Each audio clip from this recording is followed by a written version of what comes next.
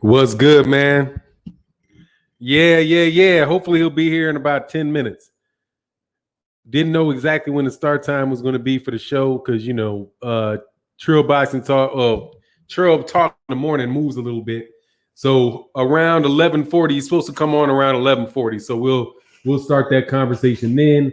But we're going to get the show going up until that time. What's going on? Velt's in the building. What's going on, man? Young Merv, the cut man, what's good, man? Dre's Finest in the building. What's going on? TC the Crisis, what's good? For Mass Arms, what's going on, man? Black Attack Circle in the building. Raekwon Bell, what's going on, man? Jave Smooth Network, dog. I got to get you on the show sometime, man. You have a really good channel, man. I do enjoy your take on boxing, man. We got to get you on the show one time, man. Tay Brown in the building. What's going on, Tay? Corey Yellowman Jackson in the building. Aaron Parker, Jeff the producer, what's good? Michael James 616, Star City J. Man, I think I always say Michael James 616 right after Star City J. I think you guys come in like at the same time all the time. What's going on, JC? Gravy Davey in the building, man. LaRonda Clanton, hello, how are you? So, yeah, man, we'll get it going once he gets on here, man. We're going to have first part of this is going to be the interview with we got an exceptionally young fighter coming on the channel, cat named Delante Tiger Johnson. Fanon, so was the reason for the half-hearted apology from Devin? Hey, man, we for sure going to get on that. But I'm gonna wait till the portion where Delante is off the channel by the time we talk about that. So we're gonna have about like a half-hour interview with my man, focus on him when he comes in the building, and then we'll get into it. I got a video coming up about it today, man, and motherfuckers look bad about that shit, dude. Cats look bad on that, man. Man, everybody looks bad in that situation, in my opinion, because, I'm a judgmental type. You know what I mean? I'm just talking about me. This channel is what I think. It ain't about what other people think. It's about what I think. And I'm telling you, that shit looks really fucking shady to me. Looks real shady. Straight up, shady. It's the only way I can describe it. Shady. Raider Time, what's going on, man? Much love in that super chat. TC the Crisis, man. What's going on, man? Let me do something, man. Let me call CC and tell that we can get on right now just to verify that he got the link. What's going on, man? I cannot. Oh, Mr. Yawa, man, Yawawada. You know damn well I can't pronounce that long ass name, but what's good with you, man? Thomas Tiller said, good morning, Fanon. Mad respect. I appreciate that, man. I appreciate it, man. Anthony Hernandez said, one thing I love, I was irritated all day from the racism and dumb double standard in boxing. Yeah, man, you should have lit, dude. He said, am I the only one that feels like he shouldn't have apologized? Dude, the dude can apologize for what he wants to apologize for, man. I mean, I don't have a problem with Devin Haney apologizing if that's what he really felt. If he really felt, I don't have a problem with it, dog. But all I'm saying is, man, look, dude, that's you didn't offend anybody. Nobody was dude. To force somebody to apologize for something that didn't offend anybody just seems to be some bullshit to me. That's how I take it. You're being asked to apologize for something that didn't offend any fucking body. That's just putting somebody in their place. That's how I feel. Like if my son did some shit where I'm like, dude, didn't even piss me off. You know what I mean? He eats some sandwich of mine in the refrigerator and he doesn't even piss me off. I wasn't going to eat it anyway. If I demand that he make an apology to me and I wasn't going to eat the fucking sandwich anyway and I don't care, I'm just being an ass. The same concept applies to me in this circumstance. He didn't offend anybody. I promise you. I mean, Damian Sin said Paulie up here calling Europeans, the superior species. Dude, there's a lot of shit came out. Dude, a lot. There's 3 parties so far that have been really involved in this. And I'm going to tell you, man, the 3 parties are Devin Haney, the WBC, Paulie Malignaggi. Devin Haney looks wishy-washy. WBC looks crooked, and Paulie Malignaggi looks like a straight-out racist.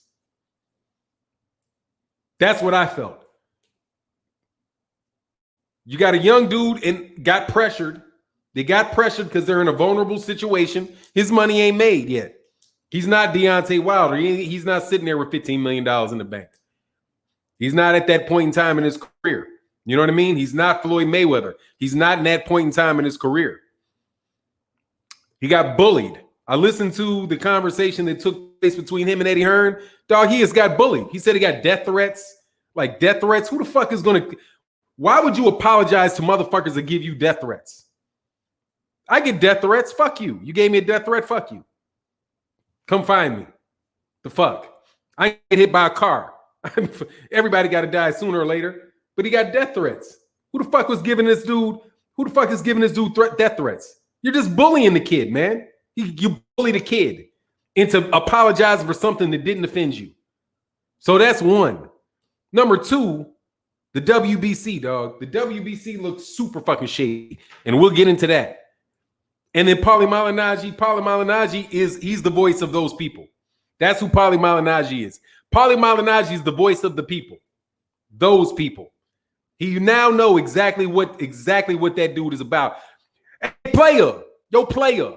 I'd say, hey, yo, player. Somebody needs to be around him and say, yo, player. Fuck out of here with your Benson Herman. Exactly, dude. Kiss the ring. Kiss the ring, dog, and you'll be put back on, man. Kiss the ring and you'll be back on. That's the way that I interpret what happened with him, dude. But trust me, what's going on, Bert from Mardikin? We're gonna go in on it a little bit. We're just gonna wait, just gotta wait, man, because I want you to meet this kid, this young man, 21 years old. Once he gets on, he should be, the time that I gave him was 11:40. So around 6 minutes, he should be in about 6 minutes. Want to give you guys an opportunity again, because I know that he was on Trail Boxing Talk.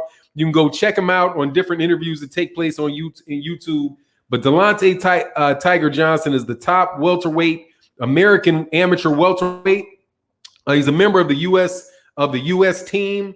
This cat is an exceptional fighter, man. Reminds me a little bit from what I've seen of a Terrence Crawford. I know he patterns himself a little bit off of Terrence Crawford. So we'll get into that. But we'll get into the rest of that after we get a chance to introduce this kid, because you're gonna want to support this dude and pay attention to him now. Because man, if I had a chance to if interviewed a young Errol Spence Jr. or something on the channel, when he was still in the amateurs, could be a lot of people that won't know, but you know how it goes, man. Eventually you get up there and everybody knows who you are, and you'll remember the time that you got to chop it up with these guys early on in their career. Massar said, Fanan, I wish a motherfucker would threaten me. Dude, you get it all the time. You get it all the time. I get it all the time. Just a matter of fact, I can cause somebody to give me a death threat. All I got to know is what topic a talk about. A good Gennady Golovkin video will get you a death threat. A good Gervonta Davis will get you one for damn sure. Y'all motherfuckers out there in Baltimore ain't quite right in the fucking head, okay? Something, dog. Y'all take The Wire way too serious, man. I did some videos about Gervonta Davis, man. I was like, damn, is it that serious? All I said was the guy got arrested. He got arrested. You sellout motherfucker. Don't you ever bring your ass up there. Don't you ever come up here to, I think that's the first time I said no, I heard no cap. I was like, what the fuck does no cap mean? I'm not lying, right? No cap. I'll shoot you, motherfucker, no cap. It's like, what? How you going to shoot me without a cap? That's what I thought a cap was, busting caps. Like, how you going to shoot me without a cap? I was confused. Then somebody enlightened me and said that meant that they're not lying, that they ain't going to lie. They'll shoot me no lie. So I don't doubt at all that Devin Haney got some death threats, man. Get them often myself. Nah, Fanan, we were born into PTSD. Yeah, that's damn right. Something happened. He said black Baltimore folk are beat down and oppressed generationally. Dog, join the motherfucking crowd. We all are. Join the crowd. Y'all got something a little extra froggy out there, though, dude.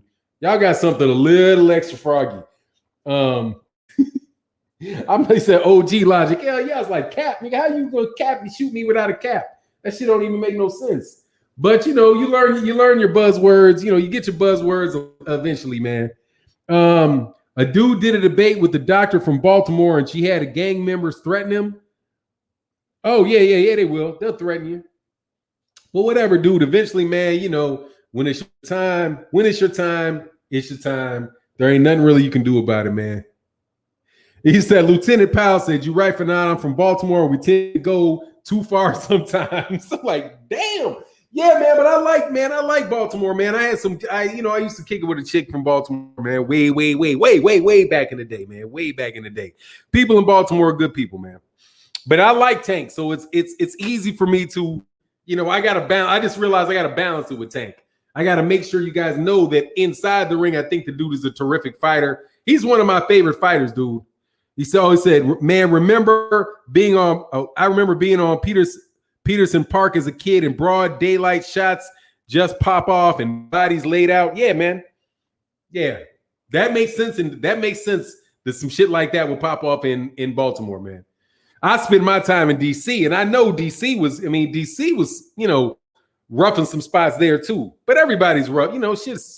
Should be rough out there, man. Underground Asylum said Baltimore was great. Yeah. And, oh, here we go. Hold on a second. Hello?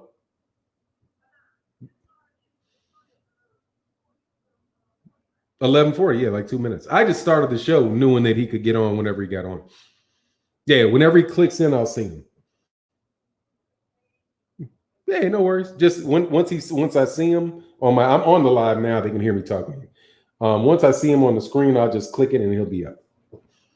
Cool. Yeah, no worries. All right, man. That was them checking in. When you're a big time star, you got to have your people call, make sure everything's set up right for you. But we are, man. DC quick with the gun. Yeah. I like DC though, man. I like New York. I like out east. Only problem is y'all's weather sucks. Something fierce. Your weather sucks. Something fierce, man. Something fierce. I don't never want to go back. I don't never want to move back to Chicago. Although the legalization of weed made me rethink that. I'm like, damn. If I was still a big Buddha head dog, I'd be right back. I'd be taking trips to Chicago every other month. Just, hey, man, let me drive on up there, drive on back. So, yeah, he should be calling in a quick second. Juniper P said, I had someone from the UK threaten me about me saying Fury is a cheat. He offered to meet up. They backpedaled quick. I mean, but you can't take anybody from the UK serious with that shit. What they going to do? Fly into it's a fucking coronavirus. What are you going to do? Beat me up over the internet? I don't believe that. Most of them just talking crazy, man. Most people just talking crazy. I used to get threats for people that thought I was boxing ego. Because they can't ever really, I don't understand how they think I'm boxing ego.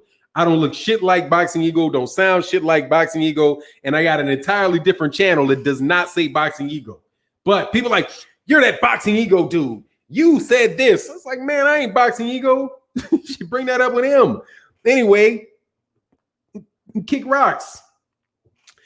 Dre's Fine said, dudes be talking that BS behind a computer. Step up and get your wig peeled back to the white meat. Oh yeah, man. See, dude, I'm safe. I mean, you can talk shit to me. I mean, as long as you don't put your hand on me, when you put your hand near me, that's when it's time to pop off. You know what I mean? But look, man, let's get to this interview. We see that we've got Tiger Johnson in the house. Connect him in here. Tiger, what's up, man? Good, man. How you doing? Man, I can't complain about a thing, man. How you doing? I'm doing good, man. Just got done working out. Hey, man. Hey, if you're gonna be a world-class boxer like you are, that's the best thing to do, man. It's the best thing to do. How you gonna be able to? Let me do a quick introduction of you real quick, man. We'll get into the interview. First and foremost, thank you so much for coming to the channel, man. I really, really appreciate it. I saw your interview that I think you were on Black Fight Fan TV's channel, so on Trill Boxing Talk. So that's the first time that I actually got to hear you talk. I had heard of you along with during the times that I've been focused on the amateur, on the amateur circuit. You and Keyshawn Davis. I know some of you guys are some of the top, amateur fighters in the United States. Tell me a little bit about yourself, man. Where you stand in the amateurs, and just what you want them to know, about yourself, and just quick summary or whatever. And then we'll jump into the questions, man. Pick your brain on some stuff. Oh man, I'm just trying to work my way to the Olympics, man.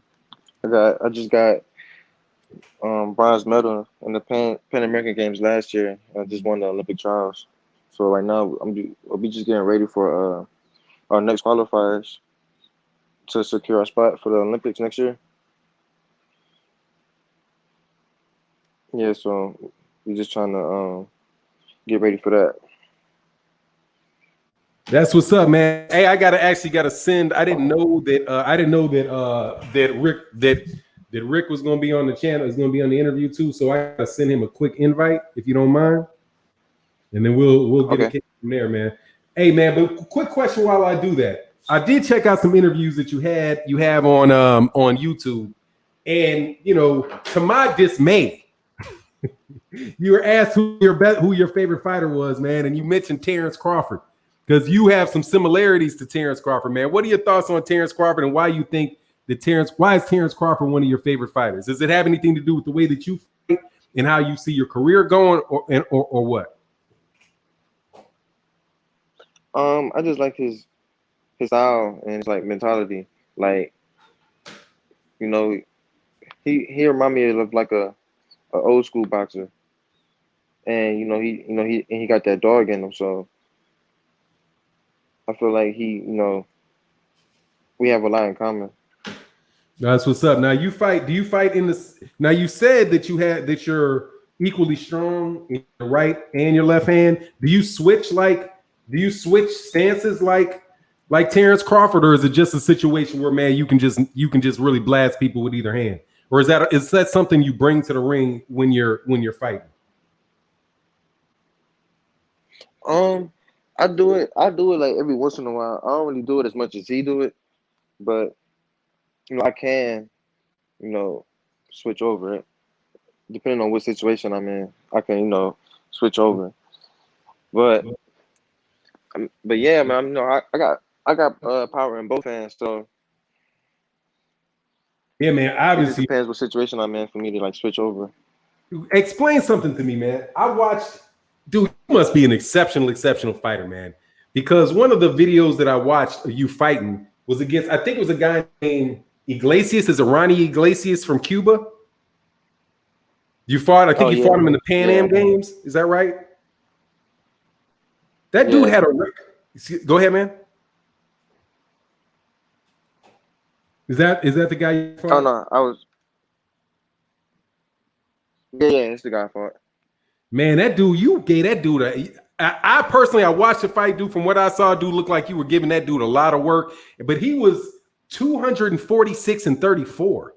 How do you deal and fight that well against a guy from the Cuban school who has that much more experience than you, man? Was it your talent? Is something your coach told you, or is it just boxing something you really took to, a lot more quickly than other people did? The phone, I couldn't hear you. The phone is breaking up. I don't know if it's a connection or. No, I'm sorry. Can you hear me now? Can you hear me now? I can't hear you. You can't? I think it's the connection.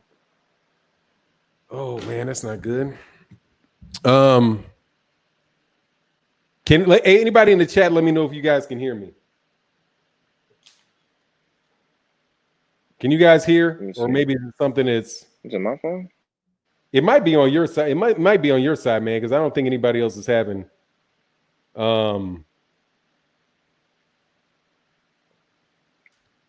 necessarily having a problem hearing me, man. I just sent a link to Rick.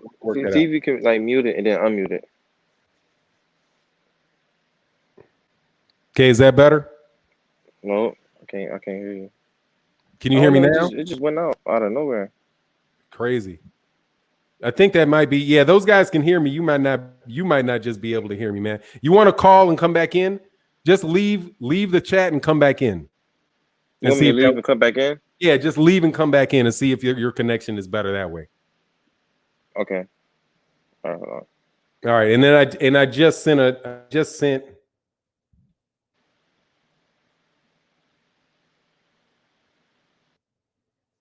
Hey, man, let me send another email to admit. Hey, you guys gotta forgive me. Admin.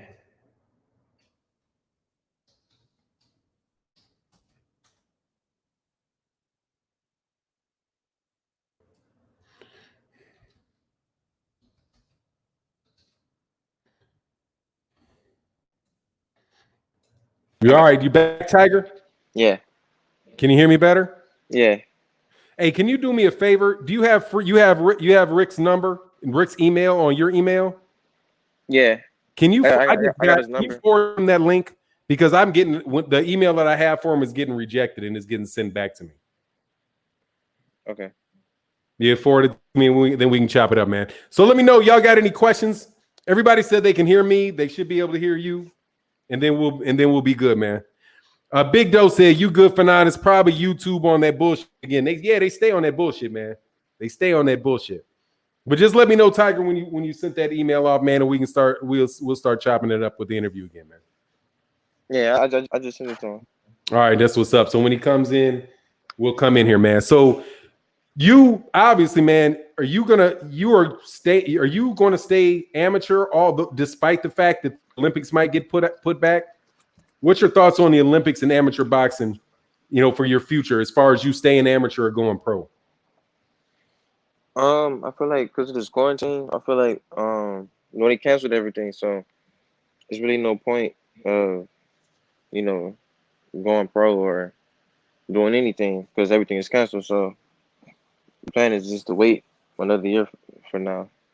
The plan is, I'm gonna still go to the Olympics. That's the Man, that plan for makes. now. Hey, what do you say? I say yeah, that's the plan for now because everything canceled. So So you just there got ain't to really go what we ahead can do. and keep it going, man. There's a lot of dudes out there that now you're 21 years old. Is that right? Yeah. 21. So you're around the same age as Devin and these guys, like Devin and so a lot of the guys that turned pro a little bit earlier. Are you Right. around their same age? If you were in tournaments and those guys with those guys at the same time? Yeah. That's good, man. So all right. So here's Rick is in the building. Oh, device not connected. Rick just called in, but it says device not connected. So Rick, if you can hear me, you gotta go in and come out again. So and so we'll wait for them, man. So you fought. Who's the toughest fight that you've had? What's the toughest fight? Or are you sparring with pros yet? Yeah. Man, so give me your insight into sparring the pros, man. Who have you sparred? How did you do? You ain't got to give any details, man, but just give me an idea, man, of what level you think you're at relative to the other great fighters out of the state of Ohio. Because you got Shawn. I was hoping maybe you got in there because you're what 151 pounds. Is that right? 52. Yeah. 152 pounds. So at 152, you should be able to get there with Showtime Shawn get some work, right? Right. So I mean, if you're working with the other, like the Robert Easter Jr.'s, Shawn Porter's, Adrien Broner's, I know Rashuee Warren is too small. It's too small. Yeah. I never got a chance to get any sparring from them. I know I might most likely get some sparring with Robert Easter. Um, but I sparred. The only 147 I sparred was Terrence Crawford. Oh, you sparred Terrence Crawford? Yeah. Oh man, that's beautiful because that's what Anthony Holden said. He said, "Tiger, can you see yourself fighting Crawford? Will you be it? So when you turn pro, do you think you're going to be a 154 pounder, or would you be a 147 pounder when you Most likely I'm gonna be at 140. That's why I want to start off at. at 140? Yeah, I want to start off at 140 and then work my way up. Oh, that's what's up, man. So would that put you around the same? So that means isn't the other, big time, one of the other top amateurs in the country is Keyshawn Davis, who said that he also wasn't going to go pro. I think he's waiting for the Olympics. Would you be around the same weight class as him, or do you think he stay at the 140 or go down? Because it would seem like you guys, could be a big future fight, maybe 5-6 years down the road. Because both of you guys got a lot of heat, a lot of press around you. You guys both look like terrific fighters. Right. What do you think about that? Are you guys going to wind up being in around the same weight division? I don't think so. I think most likely he's gonna start off like in the 30s, most likely. So I'm not really sure, but I know that it's it could be a good fight, that can build up with us. But Yeah, I man. don't think Because we're gonna start off at the same weight. you doubt that you'll start off the same way because shit actually still could be the same situations like Terrence Crawford and Errol Spence, where those guys didn't start off at the same, they didn't start off at the same weight class. You had one at 135 that eventually got up to 140, and if you're going from 140 to 147, and you're looking at going in like 20, when would you like? It's a 2020 Olympics, so you would probably be pro sometime, and if everything goes well, Right. 2021, 2022, is that right? So you're Right. looking at something, man. You're looking at something could be a real spectacular fight out there, and in a few years, man. And there's also other. What do you think about some of the younger professionals out there, man? How do you think your style matches up with guys like who might be a little bigger than you, maybe like a Jaron Ennis or a Virgil Ortiz? Because those guys aren't necessarily in the championship run yet. Those guys are still in the early stages of their career. Right. I mean, I see Jaron Ennis. I see him getting a belt pretty soon. He a good fighter. He actually one of my favorite fighters to watch. So, what do you like about him? He's real slick. Like, he can switch from right hand to left hand. He got good defense. And, he just real slick. He real crafty in his style. Yeah, man, he's a beast, man. But I'm watching you, dude. You're doing your thing. So, man, look, we've got Rick Ross in the building, the superstar. How are you, sir? Man, I'm glad to be here, man. I hear you got my guy on there. Yeah, man, got your guy, man. And you got a good guy, dude. Tiger Johnson's a beast. What can I call you? Should I call you Rick? Should I call you Freeway? Should I call you Mr. Ross? What should I do? Just call me. I ain't stuck on no names and no titles. Hey, that's what's up. That's what's up, man. When you start to get stuck on names and titles, you start to hinder yourself. It's almost like the Crips and the Bloods. Oh, I'm a Crip, I'm a Blood, I'm from this block, I'm from that block. No, the earth is my turf. That's what's up, man. Call me what you like. Just don't ask me for no money. That's my thing. Well, you know what I mean? If you're going to do something with it, I don't mind you asking me for no money. Hey, don't take my money. Don't take my money and throw it away. Hey, there you go, man. There you go. So, hey, Rick, so tell me now, you obviously, I'm not going to, I've seen you a lot. You've been doing a lot of interviews on YouTube, man. Some real nice channels. Saw you on I think you were on Hot Boxing with Mike Tyson. I know I saw you on Trill, man. You out there. You were obviously, a well-known, very well-established dude in the community, man. So I feel honored and blessed that you're on my channel. Let me know a little bit about this boxing, man. Why you moving? Because it looks like you're moving heavy in boxing, man. For you to be able to have Tiger Johnson on an interview with you. One of the best, most outstanding amateurs in the country. What are you trying to do in boxing, man? And how did you get that focus?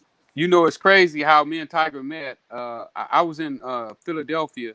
I was trying to work with J-Rock. And even though things didn't work out between us, I had an opportunity to meet Aptis. Tiger, how you pronounce his name? I can't never pronounce that kid name right. And excuse me, y'all. I'm trouble with names. Yeah. How you pronounce his first name? It's my Atif. Yeah, Atif. I was talking to Atif. I met him at the gym when I went to the gym with J-Rock and Scooter. I met Atif. So me and Atif was talking, and I've been talking to him, about really what I want to work with these kids is about life. Y'all do whatever y'all do in the boxing ring, because once I teach you about life, boxing gonna be easy for you to conquer. Because if you can deal with this life that we living in today, especially being a young black man growing up in America, in that boxing ring ain't gonna be nothing, because that's just you and one other man. Y'all about the same size, the same weight, same height. Hopefully he ain't been out training you. That's what's gonna make the difference, if he's been out training you and out thinking you. But this life that we live in as black people, it's tough, man. I've been living it. I saw black and white bathrooms. I've been kicked down by the police. I've been handcuffed and beat in the head with flashlights. And I'm really tired of our people going through this. And now with this pandemic, we're seeing blacks where we only 12% of the population, we're being 70% of the people who die. And this sickens me because uh, I understand racism too well. You know, I've experienced it firsthand, and I just want to be here for these kids and to understand that you may be OJ until you cross that line, and then you're gonna know who you really are. And a lot of times, you know, our people, they get so big that they forget where they come from. And I just want to be here kind of to help these kids stay grounded, you know, because it's gonna be hard. You know, somebody like you say as good as Tiger, uh, Tiger's gonna have a lot of influence over our people. And I found out that if I grab him right now, while he's still grounded, and teach him some of the principles that I learned through my journey, 20 years in prison and looking at a life sentence without the possibility of parole, that it will help him because he's going to be able to help a whole lot of other young black men and black women stay grounded. Man, absolutely, man. What do you think in that vein? If you had to name three things, I know I put you on the spot, but you got an active mind, man. So I'm quite sure you'll get this question real quick. If you had to go say three things as a young fighter in the position that Tiger Johnson is, right? One where you know when you about to hit pro, there's gonna be everybody coming with a bunch of offers for you, making no offering to sign you, do this, do that, and the other thing, man. One thing that I talked about with Errol Spence's pops was that, man, when he picked, you know, decided what he was going to do in his career, it was really important for him to have somebody that was really going to be focusing on the entire life of Errol Spence Jr., you know, and really get him in a situation where he could take advantage of where he is. So that's why he decided not to sign with one guy and to sign with another. And I ain't doing no commercials for anybody, right? No But doubt. you know, what would you say if you were talking to young fighters, man, and you're saying like these are the three things that I can help that you need to focus on to make sure you maximize, you know, your situation, and you know, and then at the same time, you know, give back to the communities that you can't come from. If there's three just high level things that you would tell somebody, what would they be? Well, the first thing I would tell him, do everything that he can do himself. Start doing it right now. Uh, the next thing is I want him to get smart. I don't want you to be uh,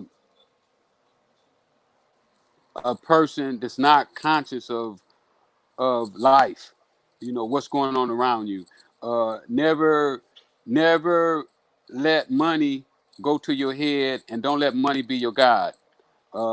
You know, people they see me all the time, and a lot of people they get me twisted because a lot of times, you know, I do stuff to make money. And a lot of the things that I'm doing is centered around industries where money is privileged, but I never do it for the money. Money is never why I do it. I do it strictly for the love of what I'm doing. What I'm doing right now, I absolutely love it. I adore it. I can hardly sleep at night. I don't want to go to sleep because I want to keep doing what I'm doing. And if I can channel that love for whatever it is that Tiger wants to do in life, if I can teach him how to feel about that, I would have accomplished my goals. And not only Man, with Tiger, with all the fighters that I'm working with, you know, Joe Hicks, Atif, Peter Gunn. Right now, I think we got about 6 or 7 guys that we working with. About 3 or 4 of them is possible Olympic guys. And Tiger's been really instrumental in helping me get there. He's actually told those guys what I've been teaching him, which is remarkable because you know a lot of times you can help a guy and they'll forget where they got it from. But Tiger hasn't done that, and it's amazing, man, about how me and Tiger hooked up and the things that happened. We hooked up, and like I said, when he was over in Germany, and when he got back, we continued to talk. And one day, me and Tiger was on the phone talking. His dad walked in the house, and he told his dad, "I'm talking to Freeway Rick Ross." And his dad was like, "No, man, let me speak to Rick." So he gets on the phone and he was like, "Rick, man, I was trying to get you to talk to my son a long time ago." And I was like, "Oh man, it's crazy how things work out." So, but those are some of the things that I would love for Tiger to get. And Tiger getting it, man. You know, Tiger started writing his book. He's writing a book right now. You know, which I'm ecstatic about. You know, I wrote 2 books so far. Well, really 3. I wrote a novel that I really don't promote because I wrote that when I was in jail and my mind wasn't all the way focused in on the positivity of life and knowing that, you know, what words that I speak affects other people. You know, even though we may not want to have that responsibility, but when you in a position of power, your words have power. Right. Absolutely, man. Well, Rick, let me ask you a question, man, about something. Now we know that you spent some time, inside, right? And 20 years. how much? 20. 20 years, yeah, man. So 20 years is a chunk of time. I think we must be. If you mind me asking how old you are? I'm 60. 60. Okay, so you are older OG than me. I'm 50. You know what I mean? So you're older. I say I cow tied before thee. The way we say that shit, So, Yeah. yeah, man. So deference to you is what we would always say. Um, now there's a big issue in the black community, man, and I think this affects, like, for example, Michael Nunn. Second to none, I a remember middleweight. Michael Nunn. I Yeah, remember Michael Nunn. he just came out, right? And recidivism, which is, for people that don't know, is like the likelihood that somebody who comes out of prison will go back into prison, right? Right. And so I think, and a lot of times, man, for people, just repeating the same mistakes or not necessarily having somewhere to go. But what would you, and this might not directly be related to boxing, but I think it's really important because it's about rebuilding your life, right? So Absolutely.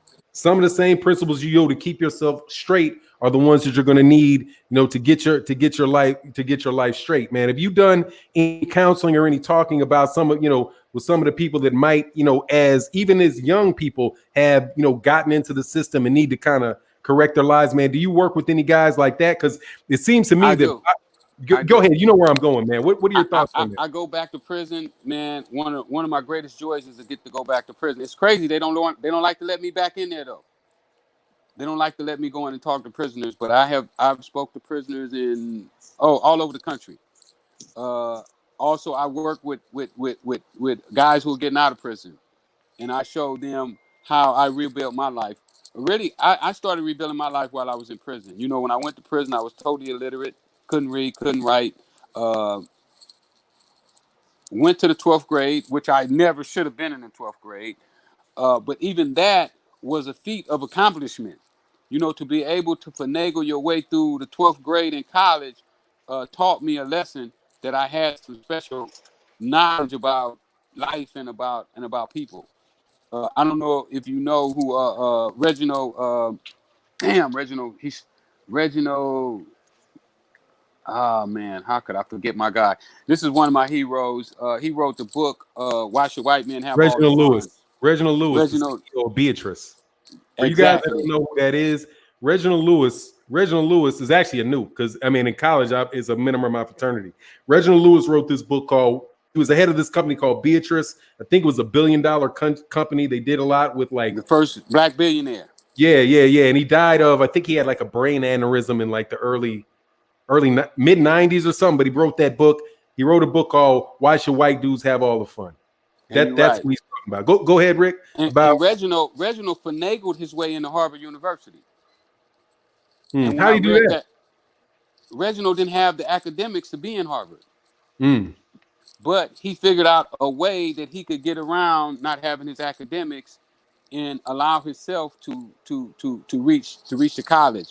And when I saw that, I realized that I had finagled my way to the 12th grade. Mm-hmm. And then I realized I had finagled my way in the dope game.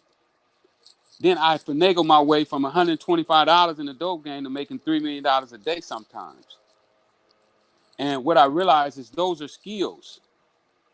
Those are skills that they don't teach in Harvard University. They don't teach at the colleges. So I felt that I need to start trying to give those skills to the people who were just like me, who had nobody to teach them skills. And that's why I reach out to, to the Tigers and the Joe Hickses and all the other guys, the Floyd Mayweather. I was hoping that when Floyd picked me up at the halfway house, I was hoping that Floyd had saw my mind and realized that I had some special skills that even right now, I just got off the phone with the guy that's writing my movie script, and we were talking about the Corona pandemic and the things that I'm doing right now in the Corona pandemic is probably going to be another movie. People are not going to believe the position that I'm playing right now with this coronavirus. It's going to be amazing once it comes out. And for me to even tell people, it would make me sound like a kook. So I don't really go into it too much. But I learned this skill, and I'm hoping that I can transfer the same skill, to Tiger and the rest of my guys, and not just boxers, but anybody that'll listen to me.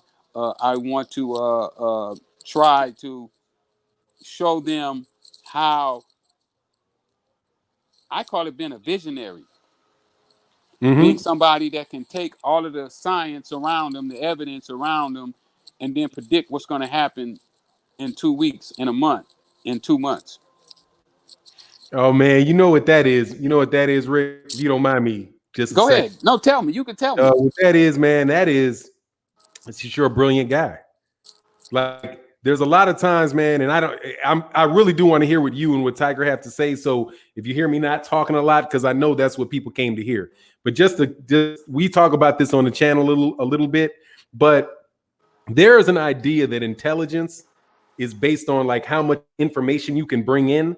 Like, do you ever notice, Rick, how they say that a genius is somebody who can do a math equation like really fast that nobody else can do? Right. Or they can remember every detail that has happened to them, like that photographic memory stuff. Right. That shit ain't really genius, man. That shit is the left side. That's the left side of the brain. You know what I mean? That's just some fucking regurgitation shit.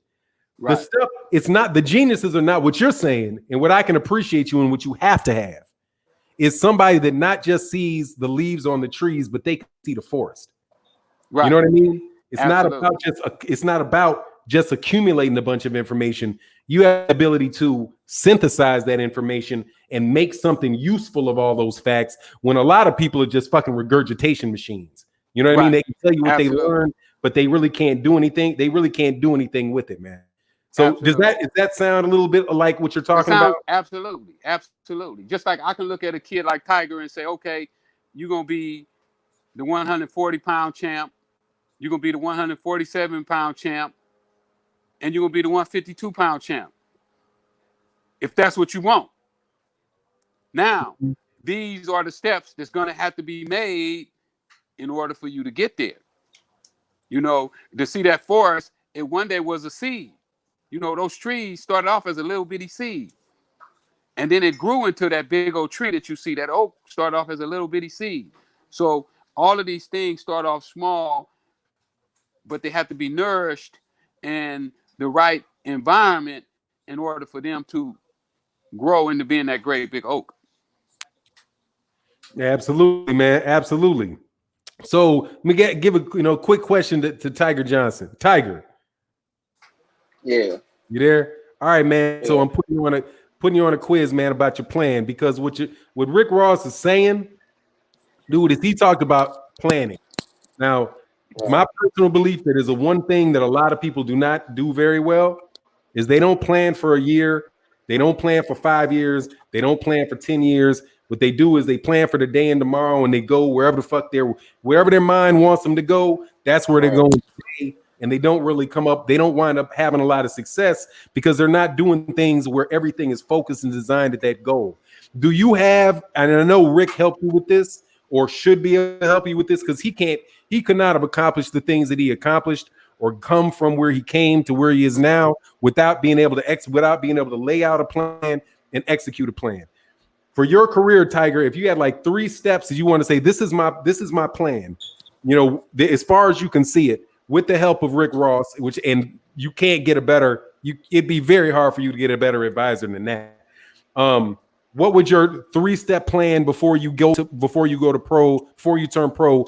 What is it? Like, what would you want to accomplish before you turn pro? Whether it is a certain win that you want to get, or maybe some deficiencies in your fighting style or your skill set that you want to improve on, right? Or is it your strength? Or what are 3 things that you'd like to accomplish before you say, yeah, I am ready to go pro? Oh, well, I want to get that gold medal in the Olympics. Then I want to have my book finished before I turn pro, and then I want to be improved as a fighter before I turn pro. So everything, all my minor mistakes that I gotta fix, I want to have all that done before I turn pro. That's so good, those man. are like my main 3 goals. Rick, was there anything you'd add to that in details you'd like to fill in about? Before I do that, though, let me read these super chats. If y'all he went silent again, Mike. What you say? No, he went silent again. How'd you make it? It went silent again. Say it again. It went silent again. I gotta put Rick on mute because he's doing baller things out there. Rick, I had to put you on mute real quick. He did that. Oh, he muted me. Okay. He probably I muted you. You good? All right, let me get these super chats real quick, man. Forgive me. I can't hear you. Can you hear me now? I think I got muted. No, you're not muted anymore. Can you hear me? Huh? Can you hear me? Rick, can you hear me? All right, Rick, if you can hear me, man. Rick, is his phone muted? No, he's muted his phone. I hear you now. You can hear me? Okay, cool. I hear you now. All right, cool. All right, man. So let me get these live stream. Hey, Raider time, much love in that super chat. TC the Crisis said ties due today. Thank you, man. I appreciate you, man, for looking out. Love it or hate it TV said for now, what's going on? Can you hear me now? Yeah, I can hear you, Rick. Can you hear me now? Yes. Damn. Yeah, I know. Take his phone behind. I hear you now. Can you hear me? Yeah. Can you hear me? Yes. Can you hear me? Hey, Rick, when you hear this, go out of the Can chat. you hear me? Go out and come back. Like, go out and come back because Tiger had the same issue. Hello? Hello? Yeah. Hello? You say everyone can see and hear you. Okay. Hold on one second, y'all. Can you hear me now? We can hear you. I can't hear him. He talking now. I can't hear him. Hold on. There's nothing he else you can't can hear do you. because the audio. Yeah, I can't hear you. Give me 1 second. All right, so I'm gonna call him and tell him to come in and out. Can we relog in? I don't know. He sent you that recording. Yeah. See if you can leave and come back. Yeah, I can hear him now, Tiger. All right. I can't hear the host though. Let's go out. No, and go Tiger's back still in. in, but just tell Rick Ross to get off the screen and then click it again and come back. Yep. Hey, Rick. Okay. Yeah. All right. Hey, leave the Leave it and come back. Yeah. Yeah, leave leave it, it, come back. Yeah. It'll work. Okay. All right, last super, because this question is for Rick for when he comes back. He said, Big Doss 513 said, Rick, where can I send some songs to email? When he comes back, we'll answer that, man. So sorry, man, YouTube right now is just kind of jacked up, man, because there's so much traffic going on, man, that they warn you that stuff like this is going to happen. Let me read some comments. Copper Ad Jeribgeny said, this is a very intelligent soul on the line. Salute to our brother.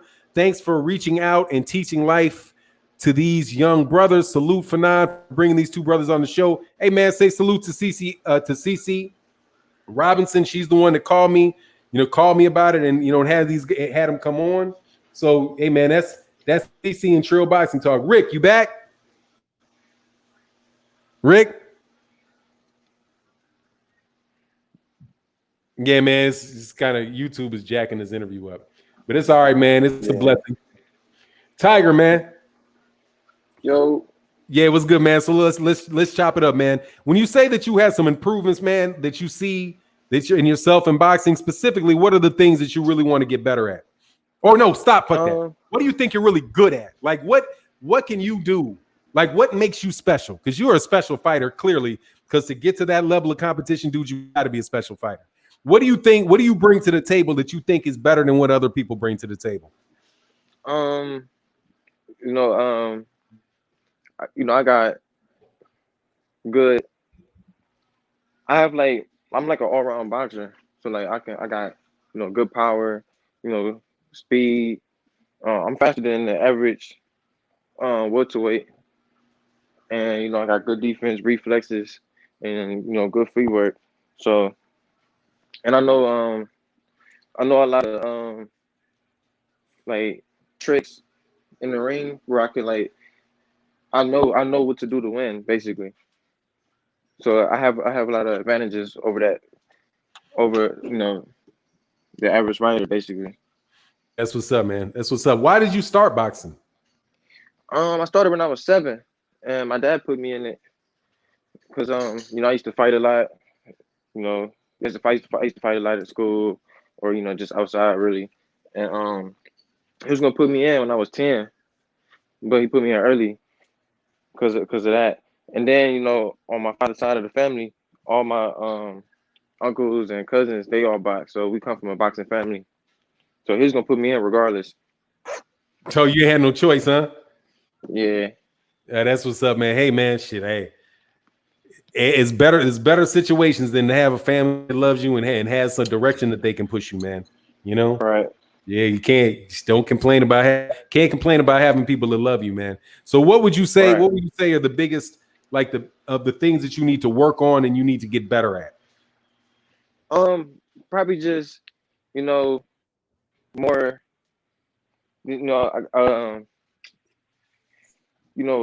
get better as far as like my defense, more learn more footwork and just ring IQ basically. Get better at my ring IQ. That's what's up. That means you get a lot of that. You'll get a lot of that through experience. Rick, man, you back? Right. Can you hear me, Rick? It's been tough on the phone lines today, man. Tough on the phone lines. But look, let's get some questions in the comment section for because we're going to talk about Devin Haney at a certain point in time in this live stream, but I'm not asking you, Tiger. Okay. Stay clear of that. You know what I mean? Stay clear of that, man. I would not put you on the spot. I wanted to ask Rick Ross what he thought about the situation and being in a difficult situation like Devin was in relative to that stuff, man. But I wouldn't put that on you, man. I advise you just to talk about whipping people's asses in the Olympics, man. Just stay up with that. Right. So, man, is there any type of fighter that you think, like, if you had to, do you think you're at the level where you really can compete with professional boxers? And that's just something that I'm wondering. I know that there are a lot of times, dude, where there are amateur fighters that just haven't turned pro that could really give some work to some professionals. That's why I asked you. That's what I asked you about the sparring, man. If you had any encounters with professional fighters, and you don't have to name the name for sure, please don't, because I ain't in the channel to start. I'm not interviewing to start no shit. But is there, Right. you know what I mean? Is there any pros out there that you felt like, yeah, I did some work on it. I did some work on this dude. Yeah, I'm ready. I can handle my business. If you could give me just like an example of that without mentioning the name, that would be good. Yeah, I sparred a lot of pros. These last couple of years, and just based off the sparring, I can tell that once I turn pro, I'll definitely be ready. I gave good work to a lot of pros. I was good sparring, so that alone told me that I know I could definitely be a good professional boxer. That's what's up. So do I get my invitation to watch a sparring match in Cleveland? You fight out of Cleveland? Yeah. You're training out of Cleveland too? Yeah. Yeah, so I need to get that invite to watch you spar, man. It's the only thing that I ask, man. I love watching young up and coming dudes spar. Rick, you there yet? Rick? So Rick's phone or something is still going on, man. So yeah, man, that's good, man. I appreciate you. We're probably gonna have to redo this at some certain point in time because of the technical issues with it, man. But just we're gonna try to wrap it up, man. I really appreciate you guys, you coming. Please let people know how to get in contact with you. Oh man, thanks for having me on the show, man. I appreciate it. Dude, you got to And, come back, man. You got to come back, dog. You got to come back because Yeah. that way we get more. You know, like the best interviews are when you get a little more comfortable with people, man. This is the first conversation that we've ever had together, man. But you got to come back, man, and continue to let people know who you are and get these fans behind you, man. We need another golden boy, man. For sure, man. You know what I mean? So, hey, but Yeah. why Tiger? Why Tiger? Because you know your mama call you Delante. I'm gonna call you Delante. Why? Nah, nobody calls me that. Nobody call you Tiger? No, everybody calls me Tiger. Everybody Like, calls you like- Tiger. Nobody calls you Delante. Your mama don't call you Delante. Your daddy. All right. Well, I get that was the name. Like when I was born, my dad said I had a birthmark shaped like a tiger stripe, so he named me Tiger. Oh, that's what's up, man. That's what's Yeah. up, man. I thought you guys like Tiger Woods. That's that's my dude. Nah, a lot of people. You ain't a think golf that, fan? No, I don't really like golf. Oh But, man, hey, who does? That shit's boring as hell. I only do it I because could watch it. I could watch it like in person, but I can't watch it on TV. Oh, golf. Yeah, that should have put you to sleep. Rick, you there? Yeah. But yeah, a lot of people think I chose Tiger as like a boxing name, but that just happened to already be my name, so I just used it for boxing. Oh, that's what's up, man. That's what's up. Well, hey, since you're from Ohio, man, how you dealing with LeBron leaving y'all? You know, I like to make fun. I'm from Illinois, so I always like to make fun of people from Ohio. But, how you man, doing? How you doing now that LeBron has left you? You feeling good about the Cavs? I'm not really. I was upset the first time he left, but this time when he left, I wasn't really that upset because we got our championship already, so I was satisfied. I mean, he did what he had to do. He gave us that ring he promised. So, but I mean, I was still upset that the fact Kyrie had left and that made LeBron leave. You know, Kyrie my favorite player, so once he left, I knew LeBron was gonna leave. Man, that dude is the truth, man. Kyrie Irving is the truth, man. Yeah. Lord have mercy. This shit make me sick, man. I just remember because I'm older than you. I just remember putting that ass whooping on the Cavaliers with the Bulls back in the 90s. You born in 98, so you know you just avoided all of them ass whoopings during your lifetime. Yeah. By getting there a little too late, man. But Man, look, we man, had y'all too. What do you say? I said we had y'all in one of those games. Jordan hit that buzzer beater.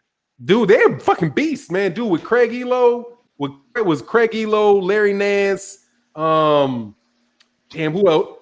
Who was that did that shit? That we had Craig Elo, Mark Price. Yeah, man, you guys, that's a lot Mark of Price, people, Ohio's underrated in boxing too. Real underrated in boxing. Like a lot of people talk about Michigan, like Michigan's really it, man. But dude, talk a little bit about the tradition of boxing in Ohio, if you don't mind, because y'all are rich, right? Ohio, we always had. I mean, we always had great boxers coming out of Ohio, man. Arron Pryon, Rashuee Warren, Adrien Broner. We got Terrell Gaucher, Charles Conwell. We got Robert Easter. I don't know Gaucher. Gaucher, 154 pounder that fought Lara. Is that Gaucher? Gaucher? Yeah. Oh yeah, he's nice, man. Damn, I didn't realize that he was from Ohio. You know, we got Junior from Ohio. What do you say, man? Yeah, me and Terrell and Charles Conwell from the same gym. Oh, okay. So now you really getting that good work, man. That's high quality right there, man. But Shawn Porter, dude, I think Shawn Porter is one of the most underrated fighters in boxing. Yeah, Shawn Porter, yep. Yeah, who do you got, Shawn Porter or Terrence Crawford? Test your lie. See, I'm testing your loyalties, dog. I mean, I'm gonna go with Shawn just because he's from Cleveland, but he don't claim Cleveland, man. What do you say? I said I want to go with Shawn because he's from Cleveland, but he don't claim Cleveland. So I mean, it's pretty messed up. Just fuck with Nah, man, y'all got some cats of truth. Rashuee Warren, I think, is probably the most underrated of all those dudes, man. I love how you mentioned Rashuee Warren, but a lot of people don't necessarily know that, dude, what is he down there, like at 115, something like that? I think he's on like 115. I think he fight 118 or something like that. Yeah, something like that, man. But he was talking about trying to get a fight with Rigondeaux, man. But he's a dude, man, that just they're not going to fight. A lot of those little dudes ain't going to fight Rashuee Warren, man, because Rashuee Warren lost a couple fights, but they were really close fights because it's hard to put a fucking hand on that dude. That defense is crazy. Have you been in the gym with him? No, I've never been in the gym with him. Man, I think he's definitely one of the most underrated. I met him. I used to see him all the time though. At the tournaments when I was little. Okay. Yeah, man, you cool with Broner? Like, you been in the gym with Broner? Yeah, I've been in the gym with Broner before. I met him a couple times. Yeah, man. Hey, dude, if you're gonna make that dude, they can say what they want to say about Adrien Broner, man, but that personality got him a whole shitload of money, dog. Yeah, it did. That's the top dude. Rick Ross in the building.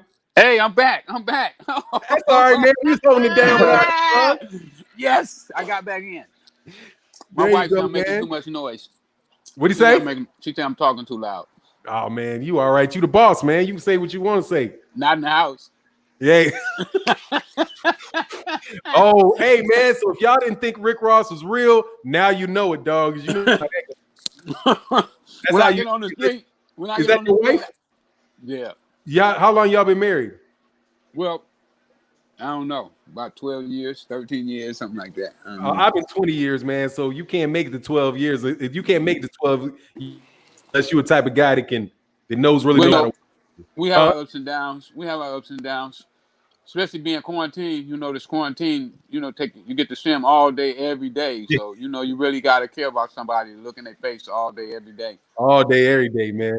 Hey, my man, we had a live stream, a super chat that asked you a question, man. It said, Rick, where can I send some songs to?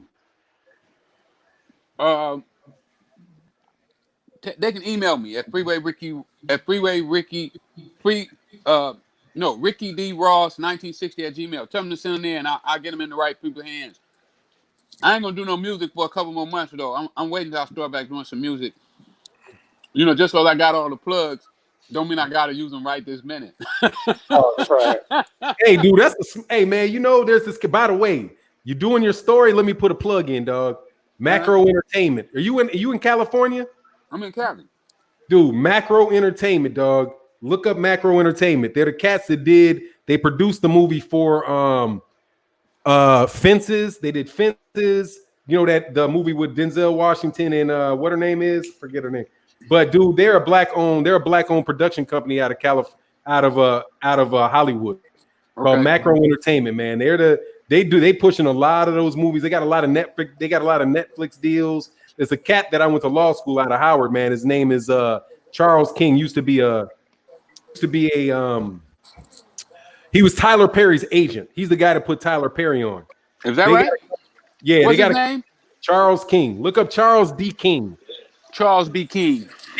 D is in David. Oh, D is in David. Yeah. Charles D. King. Yeah, Charles D. Look up Charles D. King and Macro Entertainment, Charles D. dog. King. Look it up for me. Yeah, that's I ain't a baller like you, dog, but I thought I would fucking name check real quick. Throw you somebody out there, some money, man. I appreciate it. I need it. I need all the help. See, one thing about me, I ain't ashamed to ask for no help. That's the secret of life, dog. You hanging with the right guy, Tiger. You hanging with the right guy, man. See, anybody that's too ashamed to say that they don't know something wrong with you. That's a fool. Because when you see one of the things I did wrong when I was coming up and I couldn't read, and what I found out is the reason I couldn't read, I never learned how to read, is I never told nobody that I couldn't read and asked them to help me learn how to read. As soon as I did that, I started reading. Yeah. So that was one of the most valuable lessons that I learned, is never be too prideful to ask somebody that knows something that you don't know to share with you. And most people will be glad to share with you, especially if you ain't asking for no money. Man, you ain't, dude. Let me share a story with you, man. I went to Howard Law, and when I was in law school, my first year of law school, I used to sit there in class, right? And it was like criminal law or some shit. And there was this girl that sat in the front, and she used to get on my fucking nerves because she would ask a question about everything, like shit that was like, Why would you even ask that question? It's some super simple shit, right? So I thought the whole time that this chick was an idiot and wasting my fucking time. Dude, when the year went out, she was the number fucking one student in every fucking class and left my law school to go to Harvard Law School on a full ride after her first year because she asked questions. She literally would not let somebody say something to her that she didn't understand without stopping them and making them explain that shit in fucking detail. That's brilliant. Oh, dude, it's really, really, really an underrated fucking talent, dog. It's being willing to ask questions and ask questions until you understand. So, like, I'll explain, like, with people that I work with, dude, and what I do is I do contracts. That's like my shit is contracts. Yeah, So, what kind of contracts?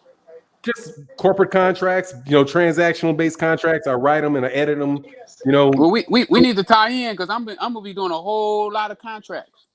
Yeah, man, we can definitely chop it up, man. I'm gonna be giving out marijuana deals to athletes and entertainers. They gave me a marijuana license out here in LA.